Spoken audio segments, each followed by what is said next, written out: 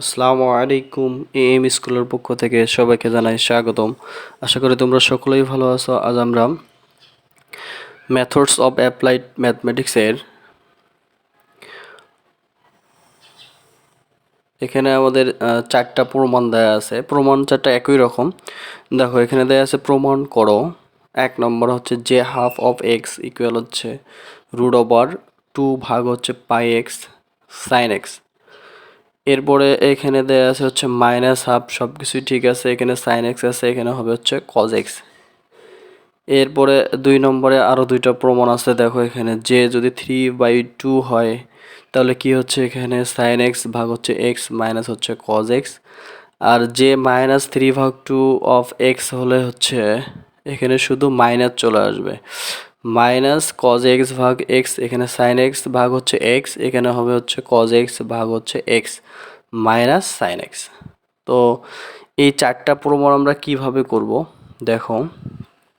First যে প্রমাণটা দেয়া আছে, আমরা অবশ্যই প্রথম প্রকারের যে বেসেলস ফাংশনটি আছে এটা আমরা জানি। প্রমাণ 1, বেসেলস ফাংশনের সংজ্ঞা হতে পাই jn of x equal summation infinity r equal 0 -1 to the power r x ভাগ 2 টু দি পাওয়ার হচ্ছে n প্লাস 2 আর গামা, এটাকে বলবো আমরা গামা আর প্লাস 1 গামা n প্লাস আর প্লাস হচ্ছে 1। এটা হচ্ছে বেসেলস প্রথম প্রকারের যে ফাংশন সেই সংজ্ঞা হতে আমরা পাই। এখন যেহেতু আমরা প্রমাণ করব হচ্ছে যে হাফ অফ এক্স, তো দেখো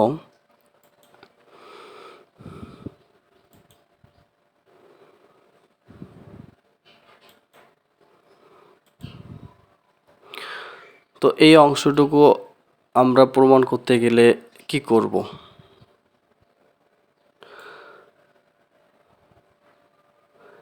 এখানে আমরা n সমান সমান বসাবো হচ্ছে হাফ।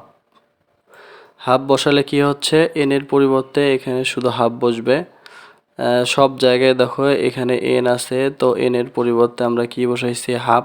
কিন্তু এখানে একটা কাজ করছি, সেটা হচ্ছে সূচকের নেমে এটাকে আংশিকরণ করে দিছি x ভাগ 2 টু দি পাওয়ার হচ্ছে হাফ ইন্টু হচ্ছে x ভাগ 2 টু দি পাওয়ার হচ্ছে 2r।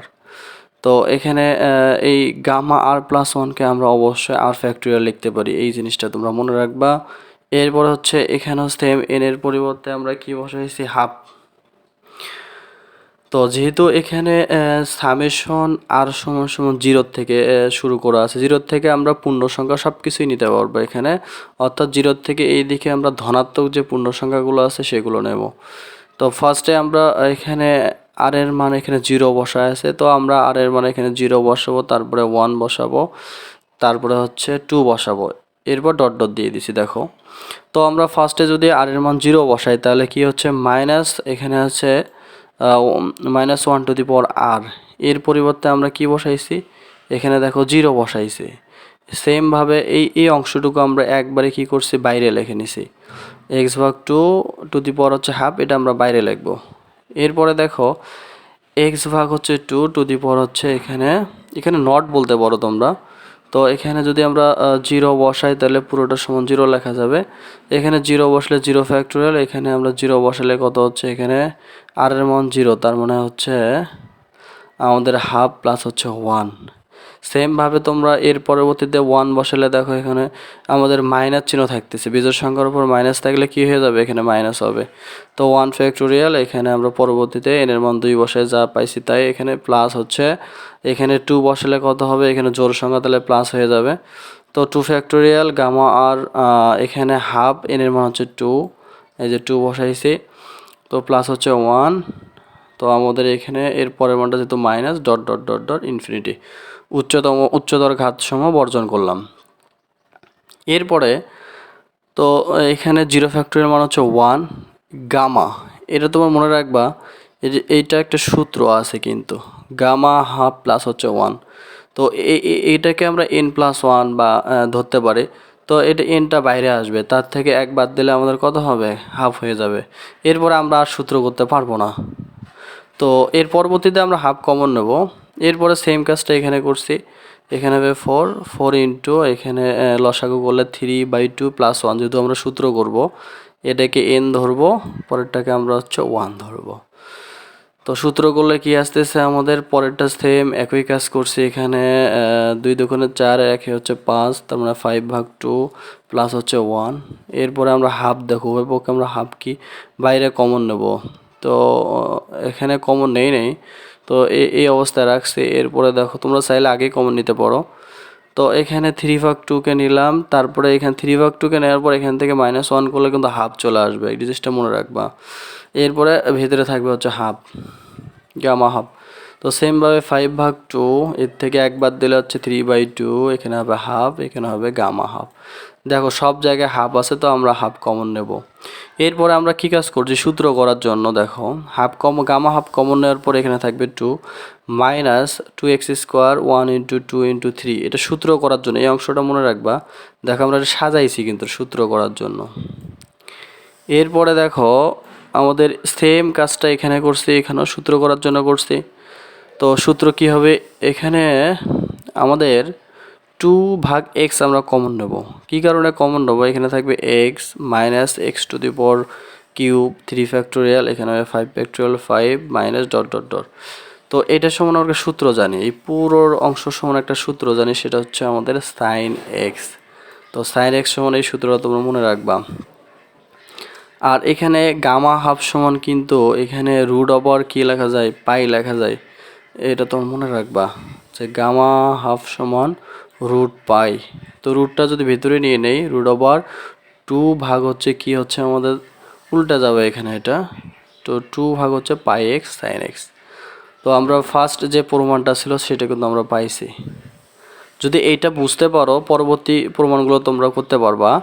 তো এর পরিবর্তে অবশ্যই আমরা কি করব, দেখো বেসেলস ফাংশনের সংজ্ঞা অনুসারে বা এটা লিখবো, লেখার পরে এখানে n এর পরিবর্তে কি বসাবো, শুধু -½ বসাবো।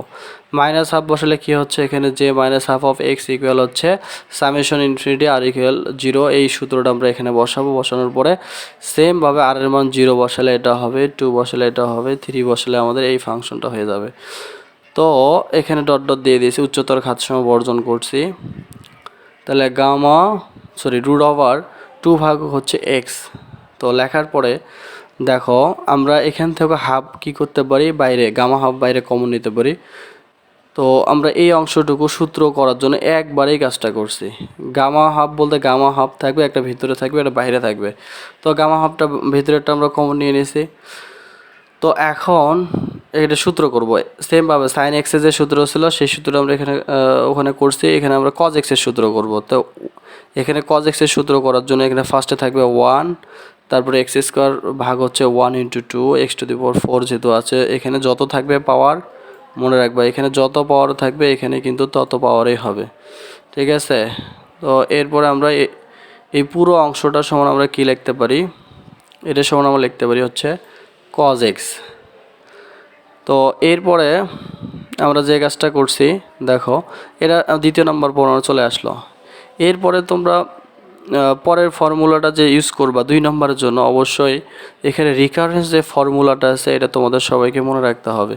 তো রিকারেন্স ফর্মুলা হতে আমরা কি জানি, 2n ভাগ হচ্ছে x jn of x equal হচ্ছে jn-1 অফ x প্লাস হচ্ছে jn+1 অফ হচ্ছে x।